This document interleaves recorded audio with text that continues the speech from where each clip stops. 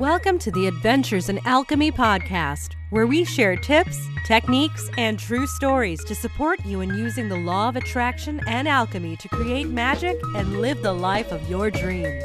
Here's your host, the founder of dailyalchemy.com, Michelle Martin Dobbins. Hi guys, Michelle Martin Dobbins with Daily Alchemy and the Adventures in Alchemy podcast. Today, I want to talk to you about the topic of how to cope with sadness. And I've had some of that come up for me this week, so I decided I should share because I've recently had a lot of people tell me that they don't think I'm ever sad or unhappy. And let me tell you a secret. Those people are not the people who live in the house with me. My kids will tell you that I am positive a lot of the time, but I have my moments. And I think we pretty much all have our moments. There may be some gurus or some, yogis who have gotten totally past that. But for the most part, I think it's part of the human experience. And so it's not necessarily bad thing. And I don't think it's a bad thing at all. Okay, I don't like it. I don't enjoy it. But I've learned a few things over my spiritual practice that have helped me appreciate it much more. I just wrote a blog post about it today. So I'm going to kind of share with you the tips that I put in there to cope with sadness. But first, I want to remind you that it's okay to be sad. And don't look at it as a negative thing. Don't worry that it's going to bring negative things into your life, that it's going to mess up your manifesting goals. The thing that can bring you down is pretending not to be sad when you are sad and stuffing that down. That's what lowers your vibration. I mean, true enough that sadness is a lower vibration than happiness or bliss. But it definitely has its place. It's an emotion, and it's giving you some really good information. And so in that way, it is really good. It's getting you on the path that you need to be, and it's kind of alerting you. And sometimes, it's just part of the human experience. As I've said before, you grieve if you've lost a loved one, if you lost a life situation, or you're going through divorce, or your kids have moved away. Sometimes there's just stuff that we have to grieve. And, sometimes we may be told that, if we're enlightened, it won't even bother us. But, I'm not there yet. And if you're not either, then we're going to work through it the best we know how. So I'm going to give you the steps that I follow. Your steps may be different, but it'll give you some ideas on what to do if you find yourself feeling sad.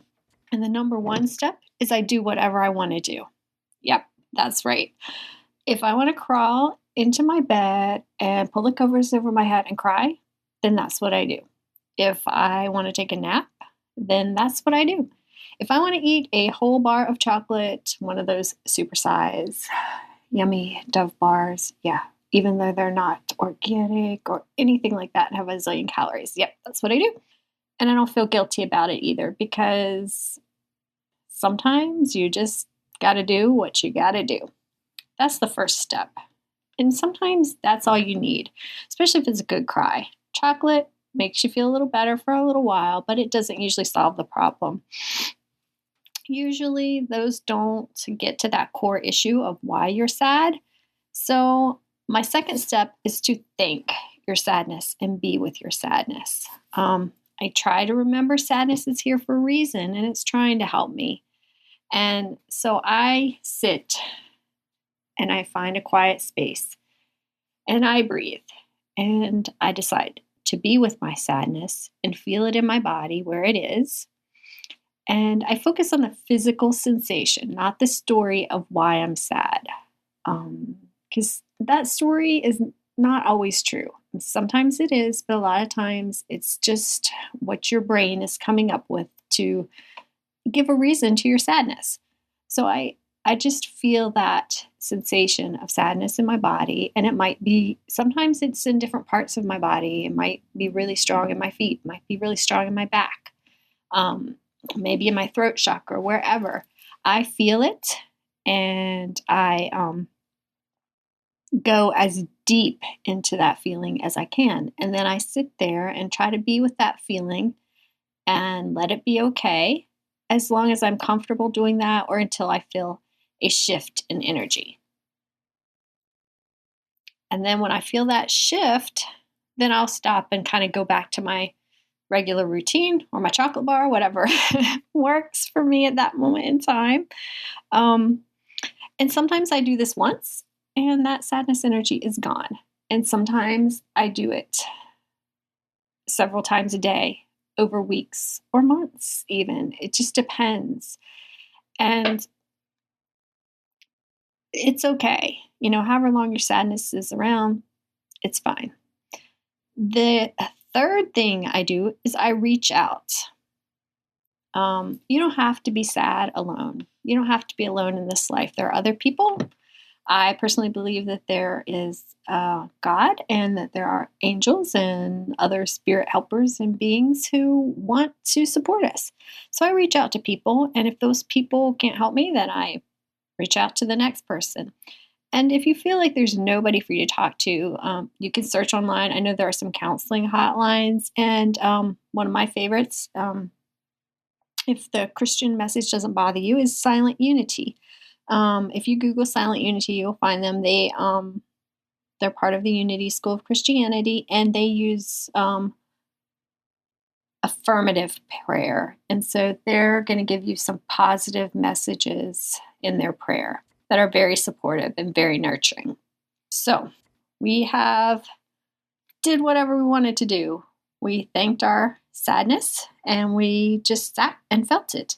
And then we reach out and get support and help wherever we can and however we need it. And then our fourth step is to take action. And this is the last step. Don't take action the minute you're sad because you may not make the best choices. So first we do the other 3 steps, and that's going to shift things enough that we can move on and get some good guidance about what we need to change. And sometimes if you're just grieving or old energy is coming up, those 3 steps are enough to get your sadness moving along. And if it's not, then you need to kind of notice and ask yourself. You may want to meditate. You may want to just ask for a sign. What do I need to do to clear out this sadness? What do I need to do to get it moving on down the road? And here's the thing. That action is probably not going to be something that you're like, woohoo, I want to go do this right now, because you've probably know what the action is and you've probably been avoiding it. And that might be why you're feeling sad. If you are in a job that you hate and you just don't want to be there and it's not your life's purpose, it's fine to be in that situation for a while and do the best that you can and have positive thoughts, but you have to make some actions and take some steps to move out of that situation. If you are, let me think of another situation. If you are in a friendship and you're letting that person treat you badly, you're not creating boundaries, that can bring sadness. You have to find out what's going on in the world that you need to transform. And it's not always easy, but it's always worth it. So I would challenge you to be brave. Listen to your sadness and remember it's meant to help you.